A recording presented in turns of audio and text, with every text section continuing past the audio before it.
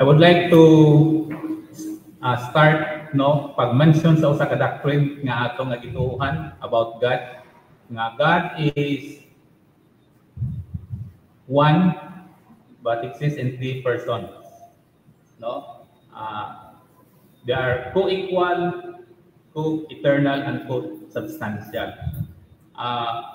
Understanding this doctrine suggests no nga God is a social being with relations within the three. Sila lang, before the creation, sila lang yung tulo ng mga persons, or they are interacting with one another. And then when God created man, He created us in His likeness, in His image. And one of the likeness, mauna nga kita, He created us as a social being. Kung capable kita mo interact and build relations, no? Dili pwede no ang kita nga tao mag-exist nga wala kita relationships. May kanta ako na sabtan sa una sa bata pa ako ang kanang No Man is an Island, no? O tinuod yun na dili kita mag-exist kung walay atong sikataw, and most of all, dili kita maka-exist kung wala ang Diyos. There's a book nga akong nabasa written by the late Rabbi Zachariah. Ang title is, in form of a question, can man live without God? And the answer is, dili yun. No? So, doon na kita duha ka klase ng relationship.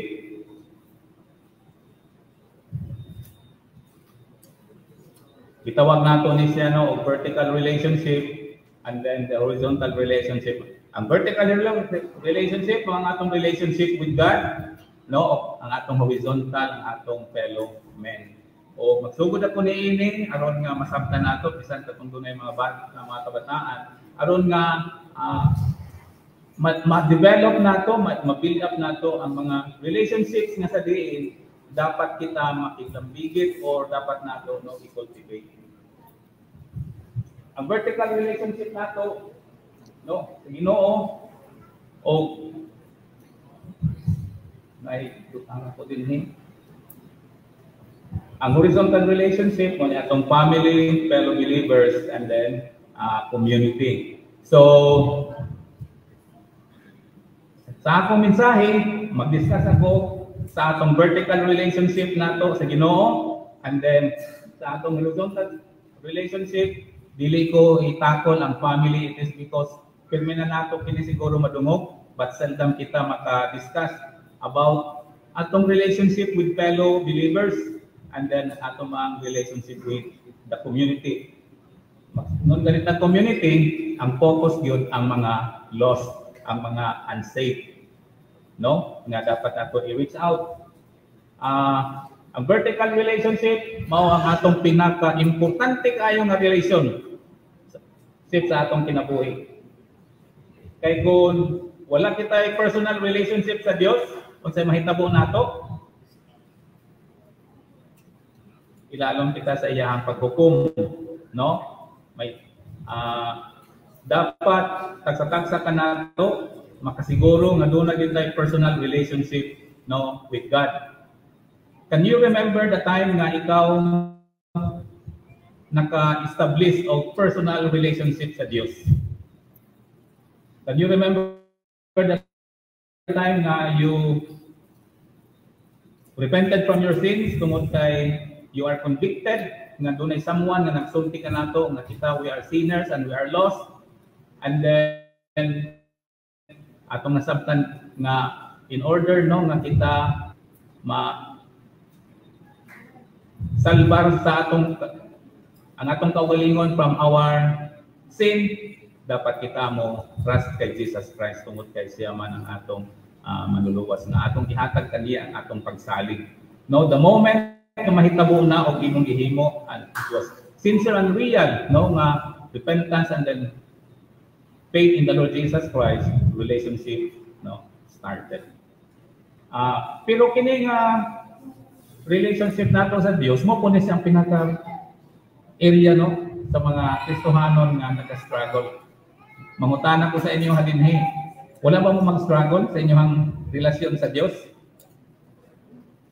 Kinsay mo pataas din mingon nga ako pastor, wala. Wala din mo pataas.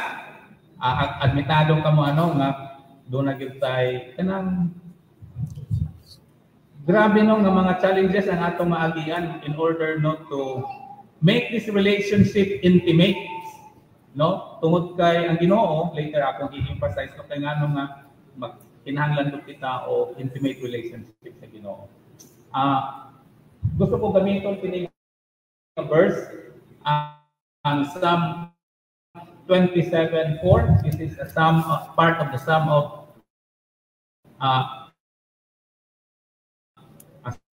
Psalm of David, no? O dinhi iyang gi-express pa through these words kung pakiglambigit sa Ginoo.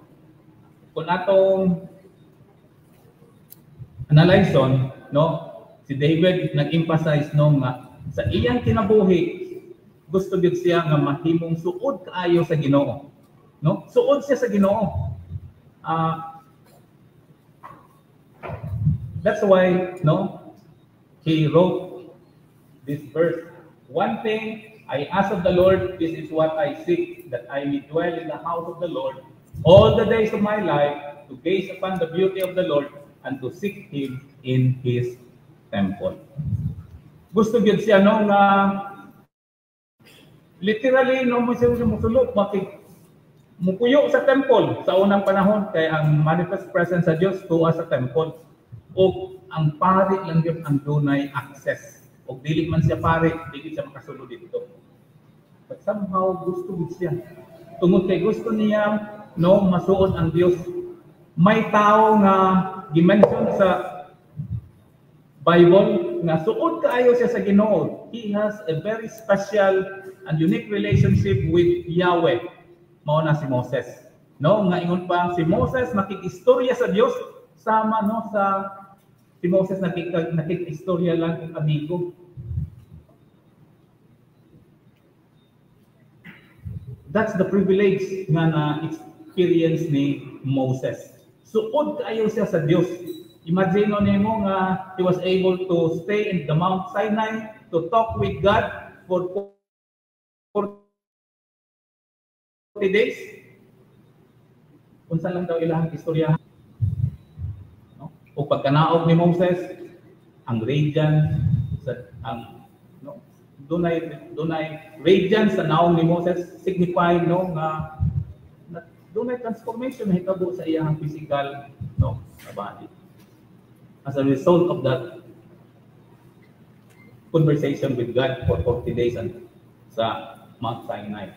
So si David, siya man ang musapon katawo nga gitawag no nga a man after God's own heart nga ang ginatinguha ni David nga siya kung unsay kasing-kasing handom sa Dios mo pod iyang handom sa kinabuhi. Mo pod iyang gusto. Ug dili siya gusto makinabuhi no nga contrary to the desire, to the will, the commands of God para sa kinabuhi.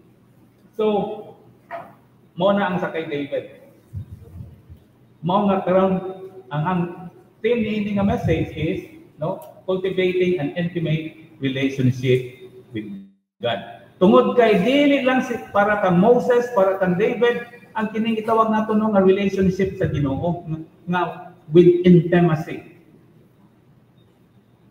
Gusto niya sa tagsa kanato nga kita maka-develop of intimacy with Him. Nga masuod kay nato ang Dios. Ginaot nga karon nga gabi mag-challenge kita nga muhimo kita og mga action aron nga ma-realize no kini nga tinguha.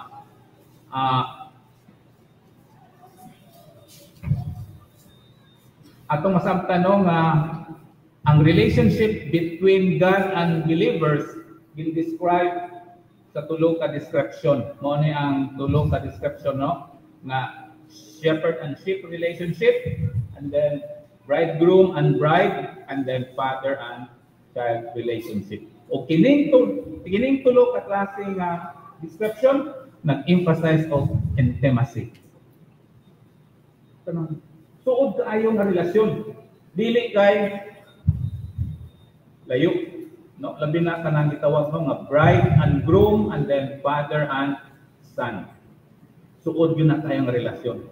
Kung dili gani suod ang usa ka tatay ngadto siyang anak, there's something wrong.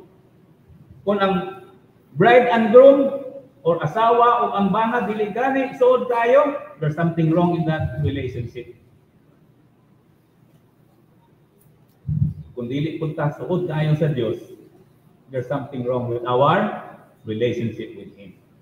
Kung hinaot no nga tungod kay mo ni ang pinaka-importante nato nga relasyon, tagaan gyud nato ni og ikong pagkagad. Dili nato pasagdan, dili nato i-neglect no kini nga relationship. Nga unahon nato ang uban in exchange of this no relationship. God desires more than just a relationship. He wants every child of His to develop an intimate connection with Him and to be nurtured towards that intimacy. Mo pudawat mo ini nga ang Ginoo dili lang gusto no nga doon na kay relasyon sa iya ha. Ang gusto gid niya nga suod gyud mo kaayo. Masuod ikaw sa Dios. To the point no nga kahibalo ka kung unsa ang mga butang nga dili gusto sa Dios ug dili makalipay niya. O tungod kay dili makalipay niya, dili nimo buhaton. Ug ikaw po nakahibalo ka kung unsa ang Dios sa imong kinabuhi sa mga circumstansya, mga situations of life, no? Especially kung you are under stress, under trials, under temptations, kahibalo ka no kung unsa ang Dios during those times sa imong kinabuhi. Labi na kung mayong tanong nga doon na po problema. Unsa magdano? Unsa pay mahimo sa Dios sa akong kinabuhi? Niini nga sitwasyon. Doon ay daghang mga tao no nga murag malipayon sila kayo or mga Kristiyano malipayon sila kayo sa panahon nga maayo ang dagan sa ilang kinabuhi. Pero kung doon na nagani sa mga kalisod, diha nato makita kung unsa kadlawom ang iyang relasyon sa Dios. Kung unsa kalig-on. Especially kung mag-istorya ta about kamatayon. Ano? About kamatayon. Unsay buhaton sa isa ka tawo kung if death is confronting you. What will you do and how will you react? And how will you respond to that? What if a loved one na ani-ana ng mga sitwasyon?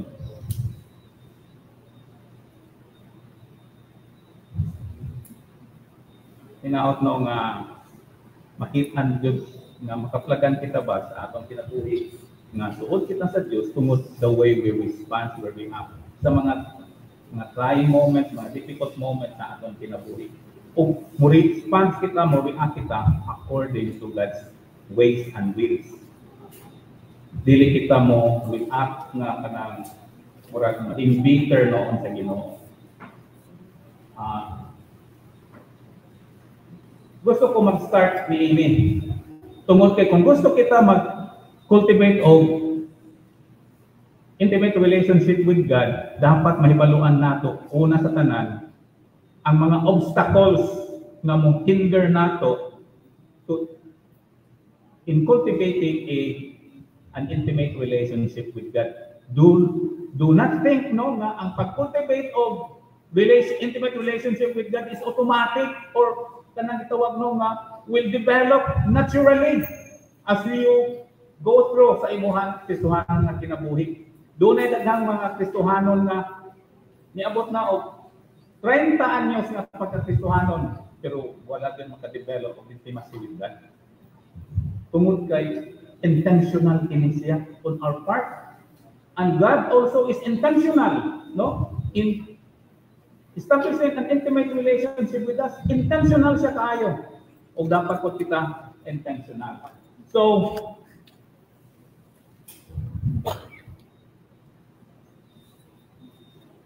si Satan nga mao gyud ang atong arch enemy, dili siya gusto makita sa kanato maka-develop kita intimate relationship.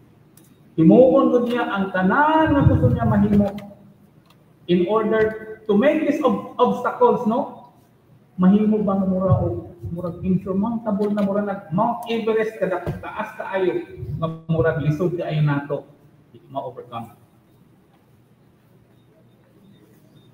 Yan ang himuon nga trabaho. Yan ang kabahoon sa atong kinabuhi karon nga kita gyud maglisod og daghang mga Kristohanon tungod kay wala sila ma-discern these obstacles mo na nga wala sila maka-improve, no? Wala sila maka-cultivate of intimate relationship with God. So the first is sin. No, ang sala kanang sin gani nga gitawag no nga unconfessed, overcome or unaddressed. Bisan siya nakahibalo nga nagkinabuhi siya diha sa sala, wala niya taga yung ego pagtagad og solusyon. May isa po katao nga giistorya nga he is living in sin ug nakasabot siya ug miingon siya, I traded God with this action. Iyang gibaylo ang Dios o nakita niya kung unsa ka disastrous ang iyahang trend sa iyang kinabuhi. Hangtod nga nipil na siya nga hadlok na siya mamatay. Hadlok na siya nga kumatubang na sa Ginoo and then with this kind of life. O kung niya na ni-resolve siya nga dapat na po ni siya undangon. Kung dunay ka nga Kristohano, luban, hindi gusto, ubiya. Inaot no nga ma-overcome nato ang sala. Tungod ang sala naa sa atoa.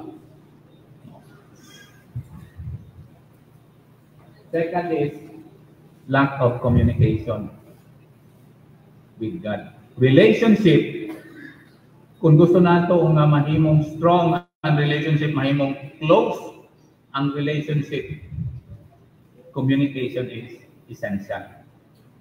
No, communication is essential.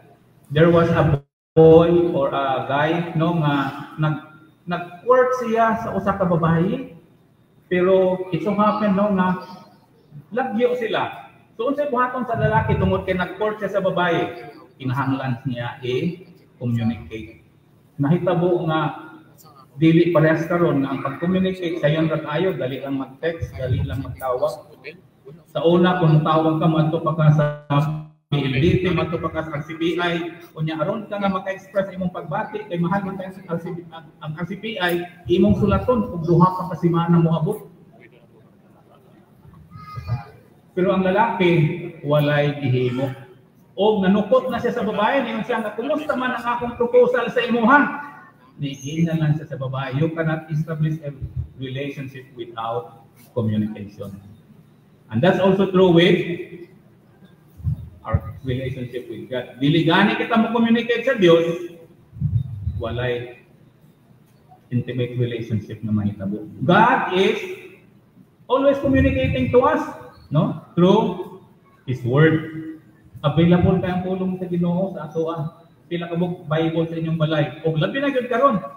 Tungod sa cellphone bisan diin ka no? Accessible kay sa tanan. O inaot no nga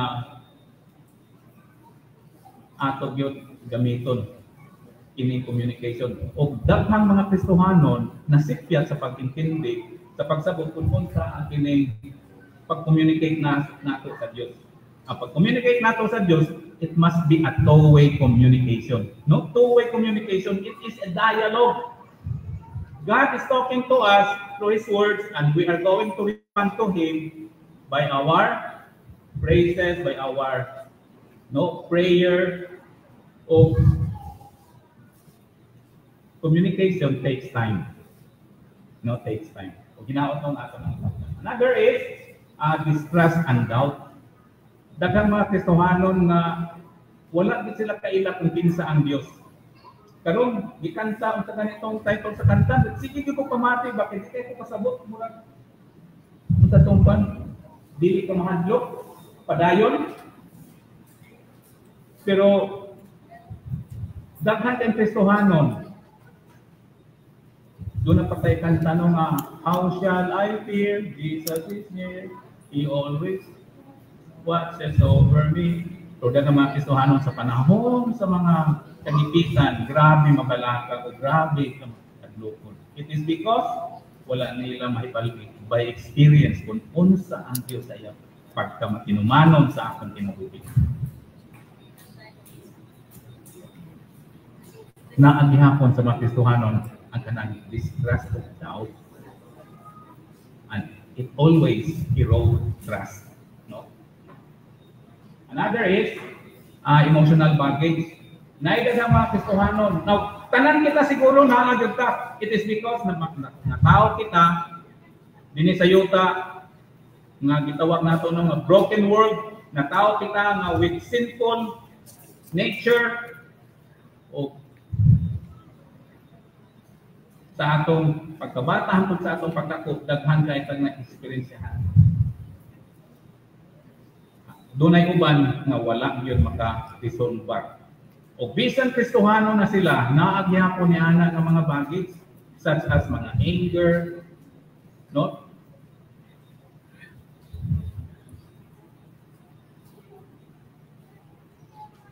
Naa sila ginatawag mga bitterness, hurt nga wala gyud ma-resolve. O bisan kung Kristohano na sila, pero may gihapon magbalik-balik. Doon ako'y nailhan nga pastor nga niabot na lang siya sa iyang kamatayon. Pero wag gid siya makasulbad sa gitawag nga bitterness ay nga kinabuhi. Bitterness towards fellow pastor. Pero di ba kita mga pastor may tamuwali about forgiveness? Pero kung kita na ini nga pastor ako na ilhan og wa gyud siya maka-overcome tungod kay every time nga kami mag-istorya kay mga younger man kami, ang iyang iistorya, ang iyang hapon ng mga heartaches sa mga aming mga kapanahonan. O kuha lang siya sa Ginoo, wala gyud. O do you think nga ang tao nga dunay mga emotional baggage, mga unnecessary baggage sa develop intimacy with God? Dili with. Another obstacle is fear and anxiety. Hapon aning na-mention in relation no, sa distrust and doubt. Tungod kay kung wala nato mailhi ang Dios, natural, living in this broken world, no? Daghan kaayong mga uncertainties. No, daghan kay mga uncertainties.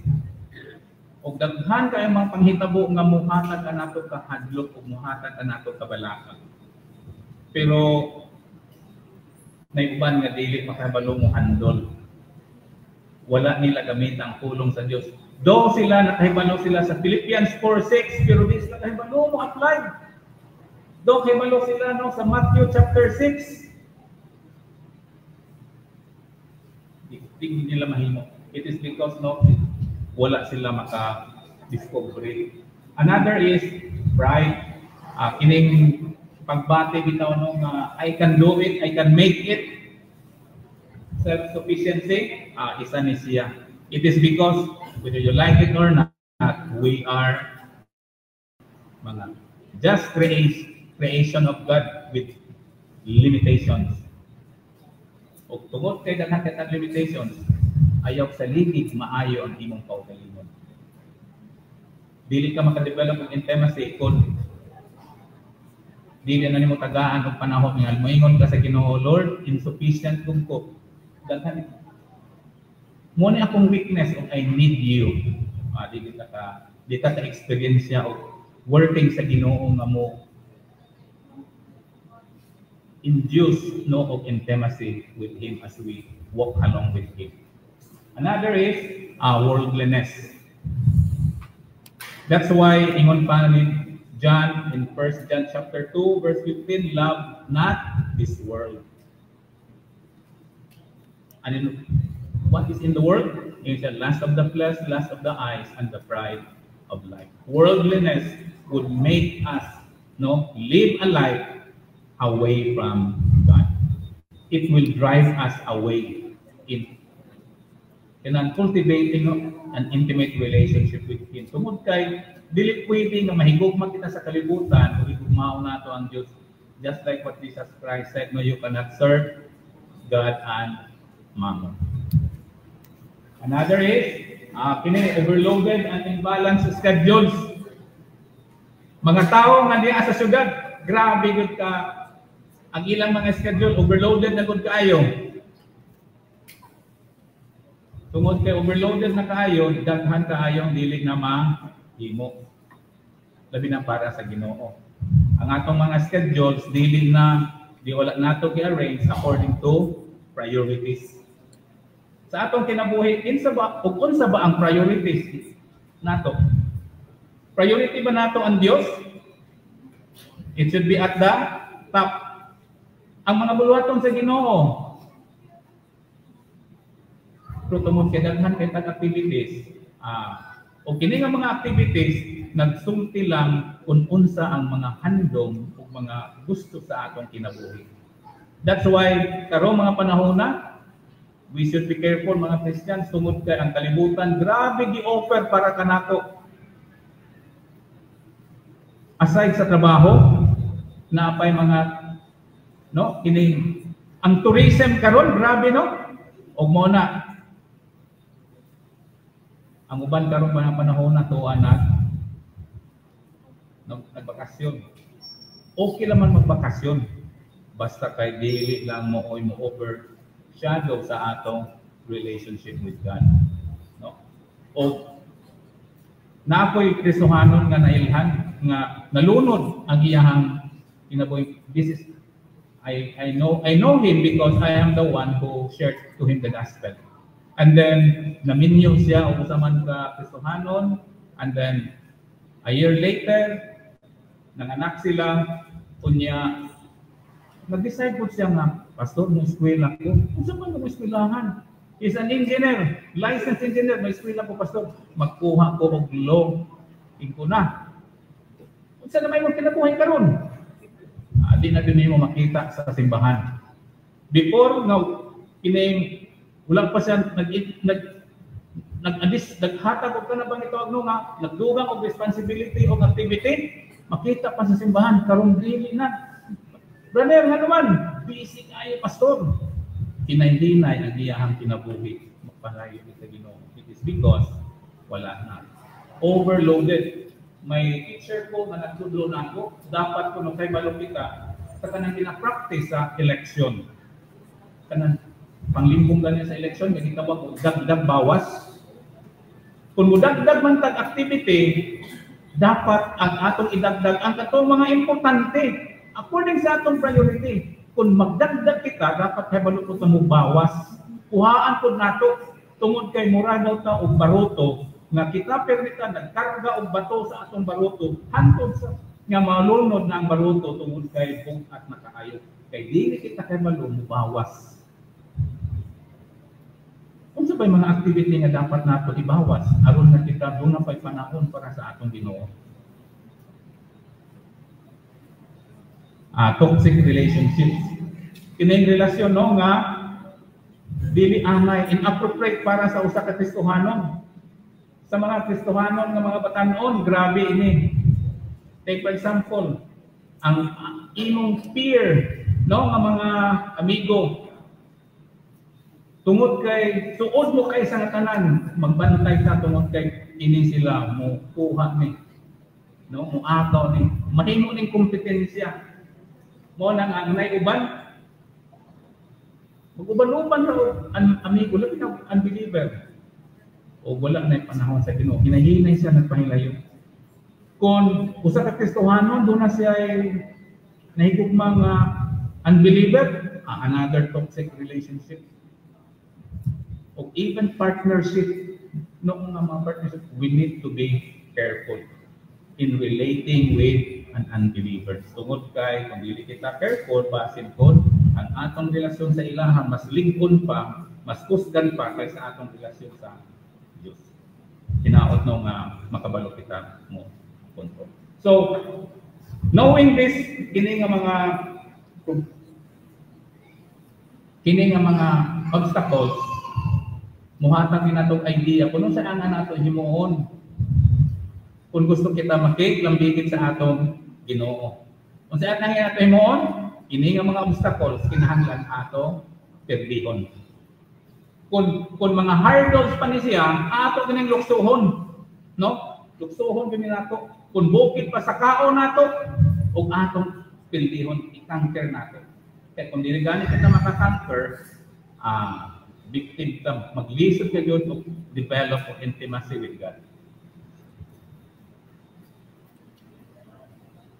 Seryoso ka sa imong relasyon sa Ginoo?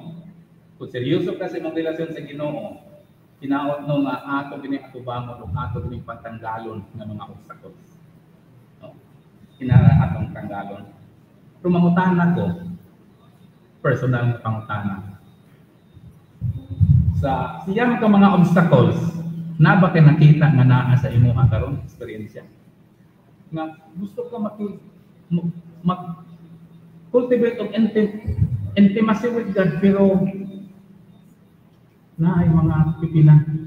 Dili siguro tanan, pero na ay pipila. Which of this obstacle nga maoy naa sa imong atubangan? Muna imong tagaan o pagtagan. No? Tungod kay,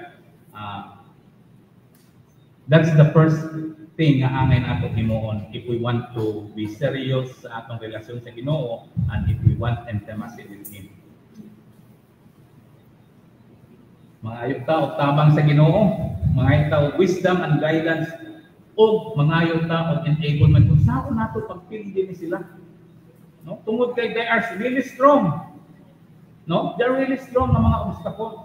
Dili ni sila ordinaryo tungod kay si Satan isa sa iyang muni iyang ginagamit. Tungod kay dili niya gusto nga ikaw masuot ikaw sa Ginoo.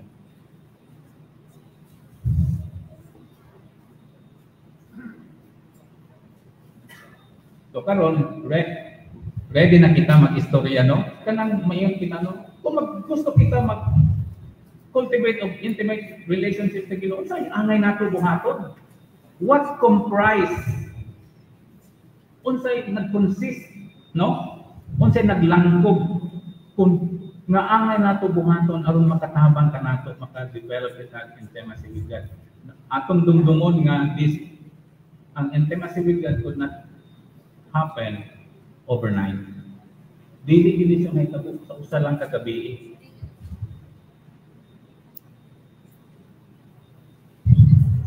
Labi na kung mangutana ka sa mga older nga mga pastor na atong nakita na sila makita nato ang ilang walk, ang ilang kinabuhi, ilang relasyon sa Ginoo, mayon kita develop with this intimacy with God. Imong pangutanon ay dili ni usa lang kagabi. It takes their whole life hangtod karon. No? So unsay nga nato buhaton mo ni isang atong himuon. Pursue intimacy with God as a priority and with a genuine heart. Ato gyud i-pursue. Ang word na pursue, maghatag natong idea nga dili gyud ta muundang hangtod nga dili nato makuptan o dili nato madakop. Murag bitaw ka kanang magdakop og manok or natay duwa sa ato na Pilipino nga dunay baboy nga butangan og kanang grasa o nya ipadakop o nya contest nga dapat gyud kinsay una makadakop. Pero ang pagdakop sa baboy nga dunay grasa dili sayon. Muna ingon nga danlog pa kay sa kasili. O kamong mga batanon sa di mo kasabot ana nga term pero mga tigulang kasabot na. In other words, dili sayon. That's why make it a priority sa imong kinabuhi. Si David sa katong Psalm 127 verse 4, intimacy man ang iyang intention. Doon ako'y nadungog nga isa ka pastor nga naghatag sa idea kung unsa ang klase nga bang pag-pursue og intimacy ni David according to this verse. Ingon siya ang pag-pursue mo ni siya. Ang pag-pursue of intimacy with God is a defining purpose sa kinabuhi ni David. Kung imo siyang obserbahan sa iyang kinabuhi, makita nimo nga ang pag-pursue of intimacy with God mao gyud nagpaibabaw na imong obserbahan. I remember may isa ko katawo nga grabe ang discipline para lang nga iyaha mapursu ba ang intimacy with God. He was a very busy man tungod kay naa siya sa Bible school ng alagad. Pero ako siyang giobserbahan. Mumata siya og alas 3 sa kadlawon pag magsugod na siya sa iyahang pakikistorya sa Ginoo. Kung tanaw siya, sugod sa alas 3 sa kadlawon o muulit siya sa balay, mga alas 6 na kay mamahaw na siya. Ito grabe mo, tulog ka ugas. And then daily niya ginahimo. Mo na ang klase nga observation na ato makita sa usa ka tawo nga ang intimacy iyang gitawag ng defining purpose. Second, it is a driving pursuit. Ingon pa ni David din niya, no? One thing I have asked from the Lord that I shall seek, and that's the defining purpose. And then, intimacy as a driving pursuit, ningon siya, that I shall seek. What drives you to pursue intimacy with God?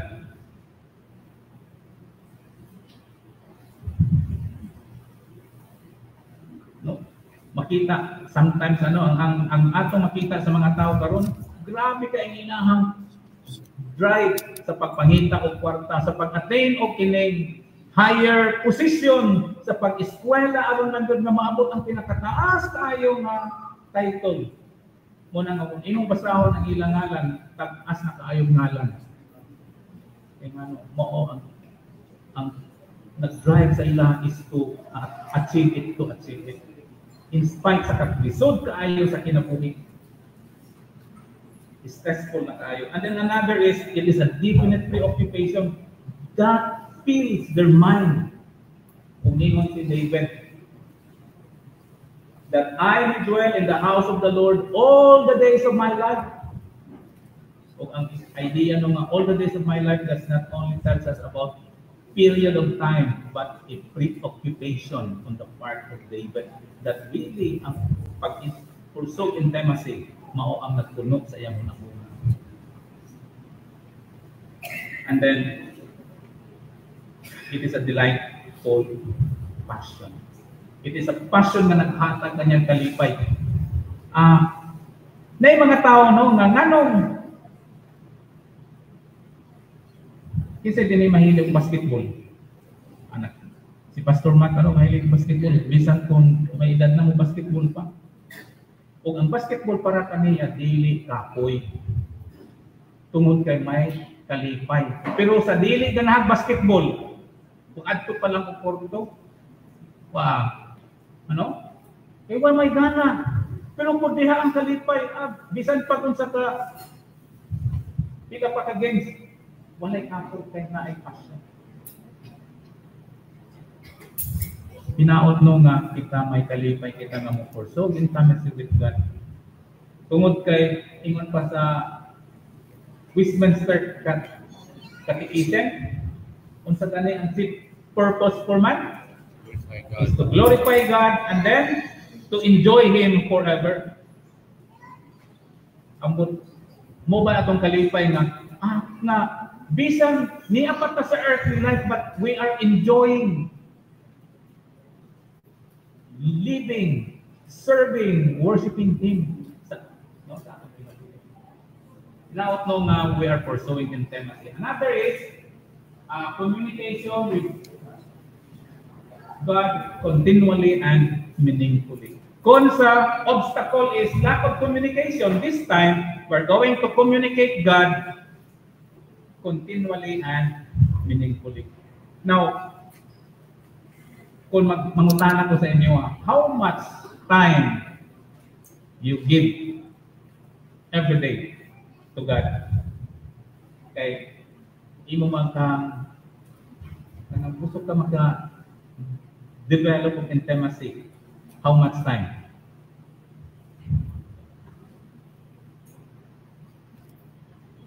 Nakabalo taon sa tawag nato ng personal devotion. How much time nga atong gamit? 1 hour, 2 hours. Now, my question is, do you think that giving God 1 hour help you develop intimacy with God?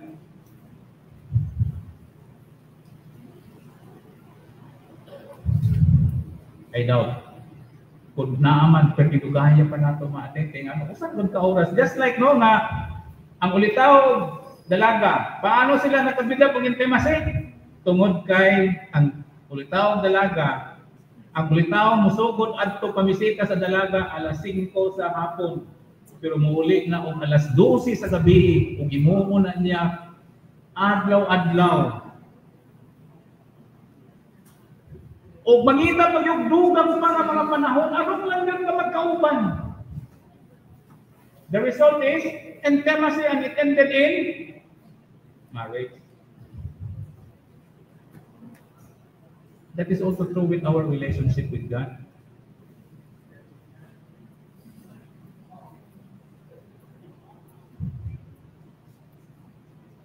That's why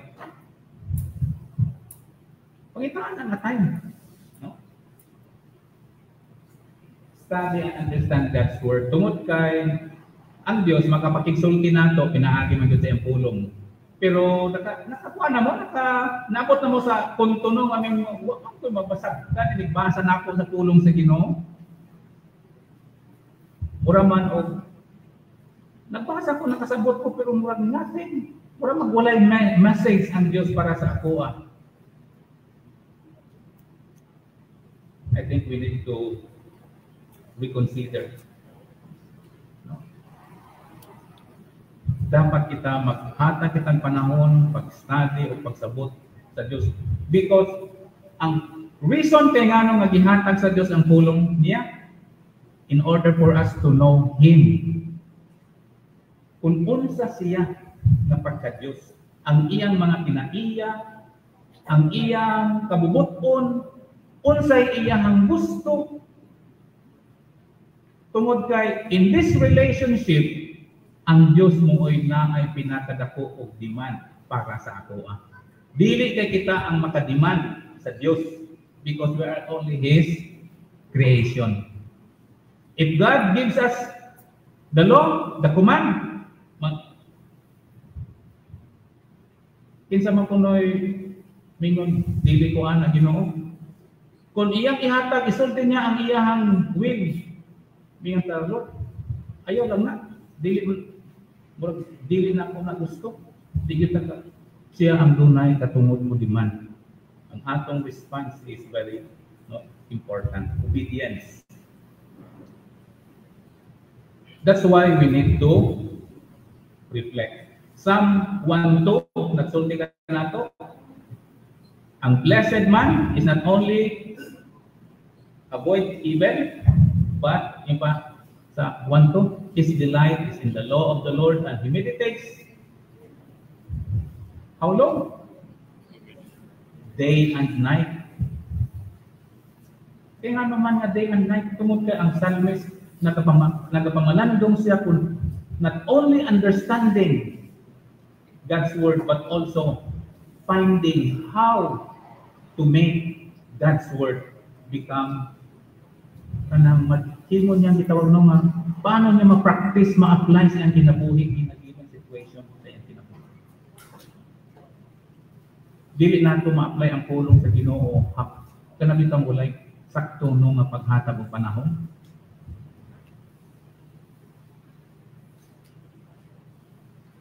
Related kaayo ang sunod is obey God's command diligently. Sa ako nang ikaingon no, ang command non-negotiable gud na sa Ginoo.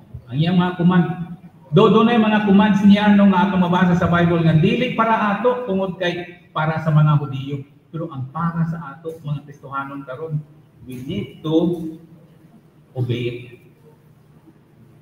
Kabalo mo kung unsa ang commands no nga do na kitay difficulty applying. Una, kinsa dinhi nakahibalo gyud tanong nga para kanato ang mga disciples gisugo sa Ginoo. Love one another. How we accept it as a command. And then lingon siya, even your enemy, you have to love that enemy. Mura, halos kita siguro, pero may makadungog ka na kuman.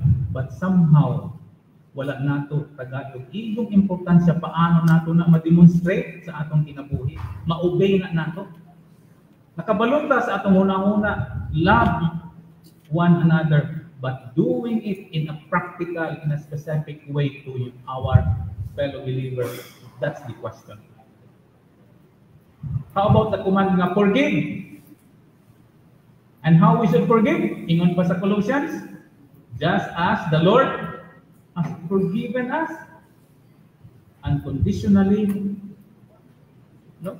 Unconditional forgiveness, and sometimes it takes difficult to gitawag nato to practice unilateral forgiveness. Na even though ang atong fellow believer dili mo ingon nato nga sorry, but intentionally mo kita ako ang kipasahin ko.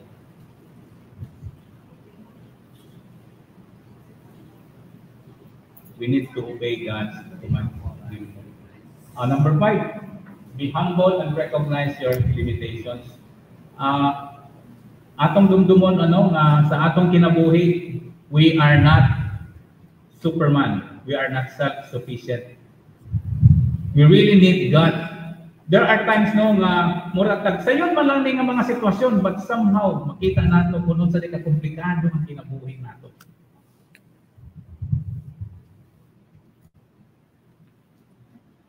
And we need to interact sa Ginoo nga moyon kita willing kita mo admit with a humble heart, Lord, I need you.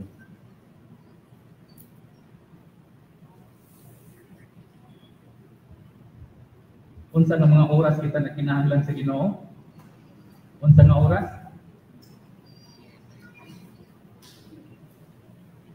Unsang oras nga kita na kinahanglan sa Ginoo?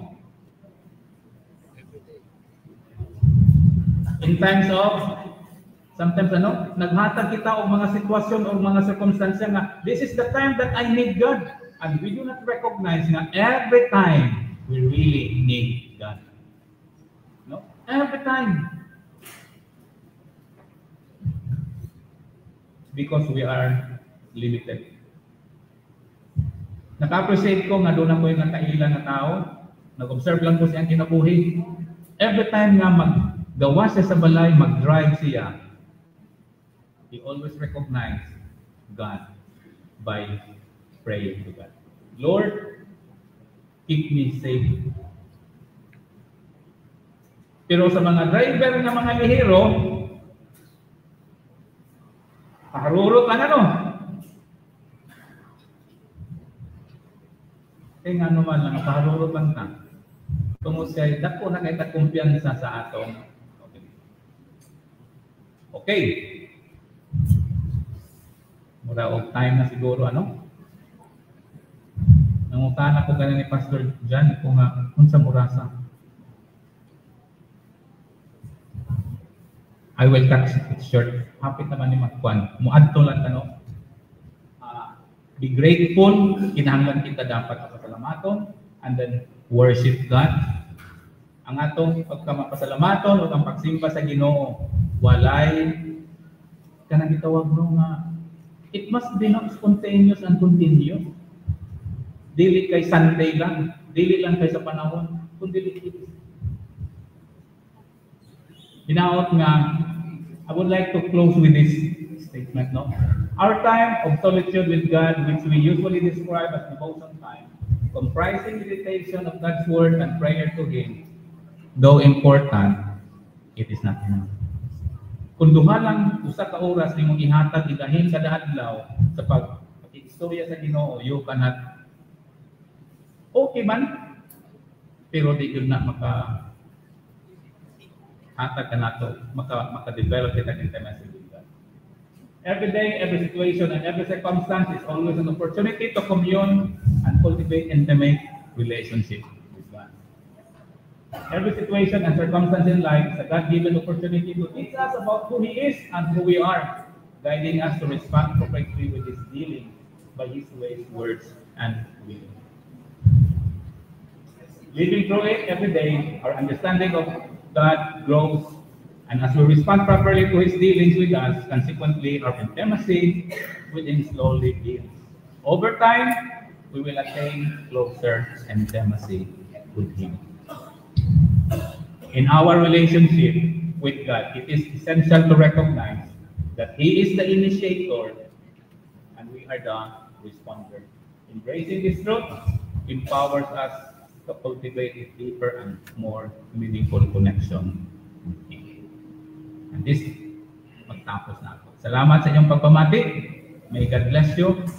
O ginaot nga, doon na kita na katunan, karoon na gabi, no, sa paano kita at least, doon ay improvement ang atong, no, intimacy with God. May God bless you.